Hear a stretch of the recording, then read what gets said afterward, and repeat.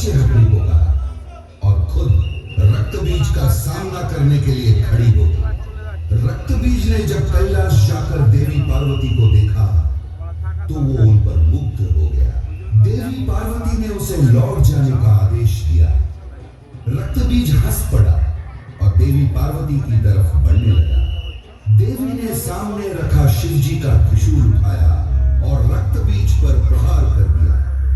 परिणाम स्वरूप रक्त बीज के शरीर से रक्त टपकने लगा और फिर ब्रह्मा जी के वरदान के अनुसार रक्त की हर एक बूंद से एक रक्त बीज का जन्म हुआ। ये देखकर देवी कोपित हो उठी और सारे रक्त बीजों पर हमला कर दिया। इससे कई और रक्त बीजों का जन्म हो गया। देवी पार्वती का क्रोध अब आसमान छूने लगा था। वो अपने गुस्से पर काबू नहीं रख पा रही। जब उनका गुस्सा चरम सीमा पर आ गया, उनका शरीर काला पड़ने लगा, आंखें खून से लाल हो गई और देखते ही देखते देवी ने भयंकर रूप धारण कर लिया। पूरा ब्रह्मांड इस शक्तिशाली भयानक देवी की गर्जन से हिल गया। वे राक्षस जो पराक्रमी देवी के सबसे निकट खड़े थे, उनके गर्जन से ही भस्म हो गए। बाघ की खाल पहने हुए, हाथों में प्रतिशोध की तलवार लेकर, नरमुंडों की माला पहनकर विकराल रूपी महाकाली प्रकट हुई। वो इतनी भयानक थी कि रक्त बीज डर के भागने लगा। मां काली ने एक भयंकर गर्जन किया और रक्त बीज के पीछे दौड़ने लगी। काली मां ने शक्तिशाली प्रहार किया और वो एक एक करके असुरों को निर्मम तरीके से चीरने लगी। पर उससे और रक्त बीज पैदा हुए।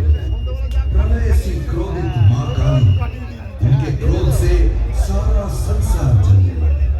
उन्होंने एक हाथ से रक्त बीज के सर को पकड़ा और तलवार से उसके सर को धड़ से अलग करके उसे खप्पर में रख दिया ताकि एक बूंद रक्त भी धरती पर ना गिर सके। फिर वो रक्त बीज के शरीर को निकल गए।